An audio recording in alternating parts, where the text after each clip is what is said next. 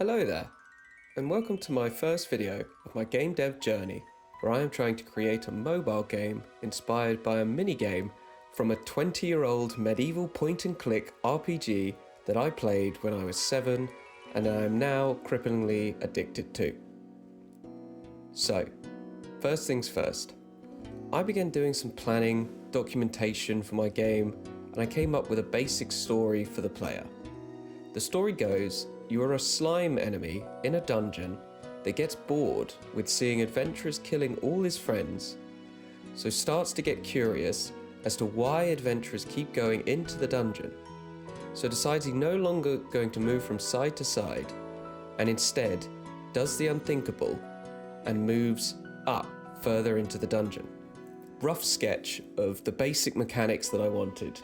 For player movement, I wanted the user to tap the screen for the player to move forward one tile space, and swipe left and right to move left and right. I have been thinking about a possible mechanic where the player may have a helmet or some sort of armor that allows them to take a hit, which makes them move back, which could be helpful or useful for certain puzzles. Traps. You gotta have traps. So I had a list of traps in mind, some inspired by the Hallowed Sepulchre in OSRS, some I came up on my own. So we have things like spike floor traps, swinging axes that go back and forth, shooting fire out of walls, arrow traps, walls that slam together, things like that. I was also thinking about obstacles, possibly having tiles that would collapse when a player left that tile, or having certain walls that could only be smashed with either a sword or a hammer, possibly having teleporters, I'm not too sure yet. Lastly, and this is, I would say, the furthest out of scope, I'm thinking of having enemies, possibly skeletons, maybe other slimes, ogres, goblins, that sort of thing. So without any further ado, let's start making this game. Just as a side note, I'm using Godot version 4.4 for this, as it just came out. I did skim the details of what it added and decided to use it because of some life knowledge I learned when I was a teenager. New is always better. So, first things first, I need to get some basic movement for my player. They're going to be moving around in a grid that is 180 pixels by 180 pixels, one tile at a time. Code-wise, this wasn't too bad. I got my grid set up, and I think I got the player to move up the screen when I tapped my mouse. However, this wasn't working. I spent a while trying to figure out how you enable and listen for a touch event on Godot, and then finally, after a bunch of research, it still didn't work. Eventually, I did figure it out. And look, movement, albeit in the wrong direction, but that's easily fixable. And now the player can move up the screen. Trouble is though, that the player is now moving off the screen. Easy fix, just add a camera. Also, quick note, some of you may have noticed that I have attached the script to the level scene. I don't know why I did this originally, but I do fix it later. Now that the camera is on the player no longer goes off the screen, but it doesn't look like it's moving. Honestly, feel like I'm going in circles here. So I quickly spin up some tile map layers, grey for floor tiles and black for wall. There we go. Now it looks like the player is moving around. The last issue is, currently the player can just spam click the screen and shoot off at a rapid pace. To fix this, I came up with a completely original idea. I added a timer set to 0.6 second intervals. Now I know what you're thinking. Wow, how did you come up with that number? Well, surprise, surprise, it's the tick system from RuneScape. You can see I don't come up with many original ideas. I'm still on the fence with this mechanic because it takes a bit of getting used to, and not everyone has a metronome in their head set to an OSRS tick rate. Now that I had basic forward movement working, the next thing was to add the left and right controls. For this I wanted drag control. This was tough to get right. My first attempt resulted in a strange bug where I had to hold down the left or right side of the screen to move from side to side. It was pretty awful, but it was progress. I also wanted to start working on having the player collide with the wall tiles. I had a lot of attempts at this. First, I thought I'd mess around with the tile layer mask to see if it would automatically block the player. This didn't work. I then looked up many tutorials and was told I just needed to add a physics layer to the tiles and then it would work. It didn't. At this point, the janky side movement controls were starting to annoy me, so I fixed them. I also took some time to make the movement a little smoother so that the player glides a bit to each tile instead of just instantly teleports there. But then, after that, it was back to this failing collision. After even more tutorials, I found this one, which suggests using a raycast. I liked this as A, it made sense to me, and B, it actually worked. Now I have a raycast, which moves to the direction my player moves, and if it touches the wall, the player cannot move in that direction. Now to the fun bit. The basics were done, and I decided to start adding traps. And to do this, I need to draw traps. The issue is here, I really suck at art. So I did what most people do who suck at drawing, and I drew pixel art. I'm obviously joking here, I'm just very jealous. This isn't the style I want for my game. I would ideally like it to have a drawn, cartoony style, but for now, pixel art is quick, free, and it gets the point across. Pun intended. When I added this to the game, I left a small delay between the second and third frames to allow the player to see that the spikes were in a ready state before they shoot up suddenly. And there we go, my first animated trap.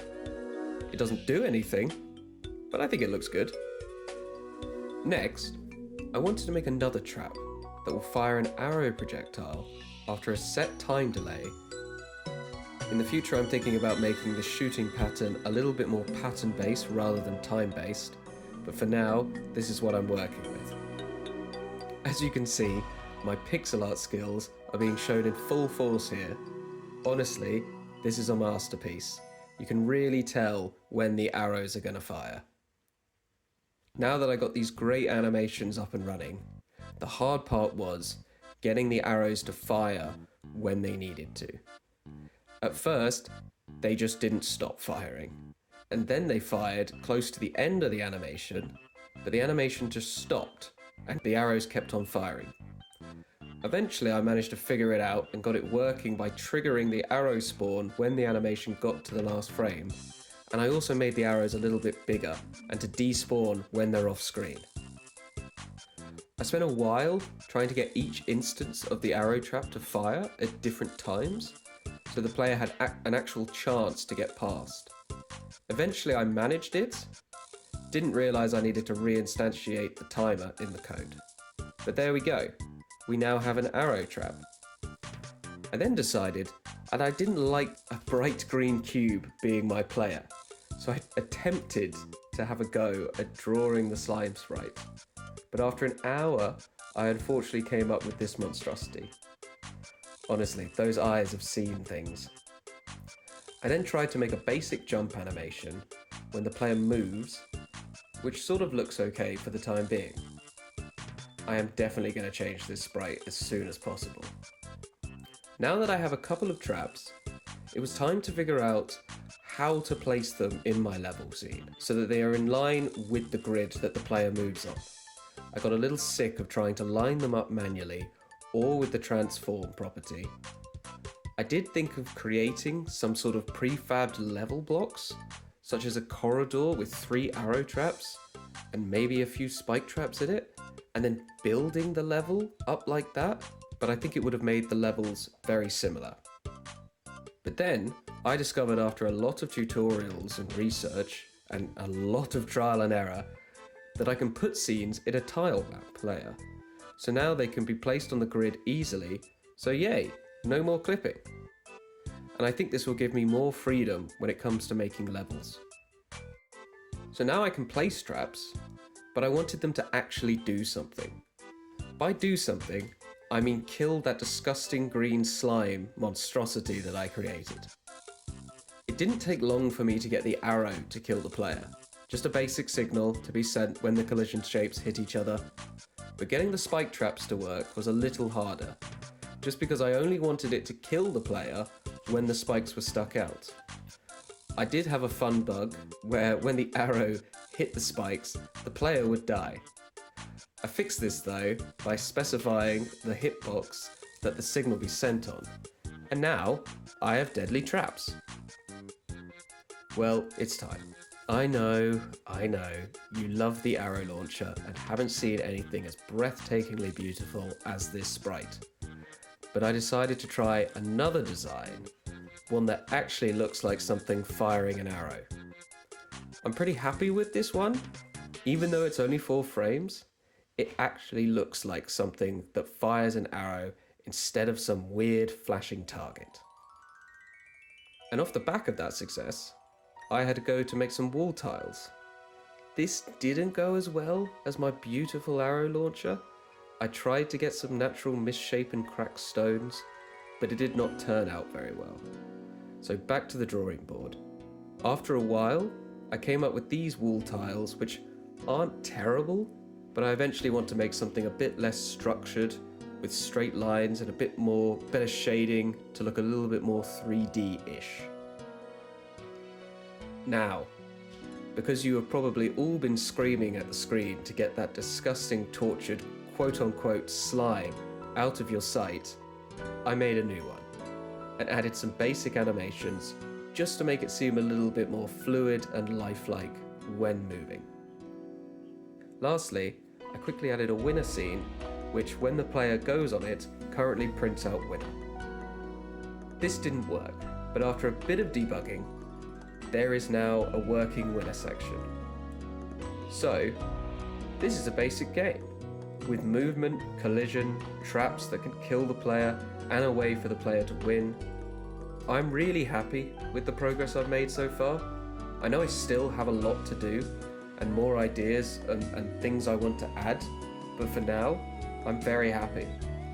I just wanted to say a massive thank you to everyone who watched and liked my last video, and to the lovely people who left me comments. I really appreciate the support and I was not expecting it. It has really helped me stick to this. And please, if you have any suggestions on how I can improve my code or art, or even have any ideas for gameplay mechanics or traps that you want me to add, please let me know, as I need all the help I can get. Also, if anyone has any tips on how to make these videos more enjoyable for you, please let me know. I really want to get better at this. Thank you guys so much for watching, and I'll see you next time.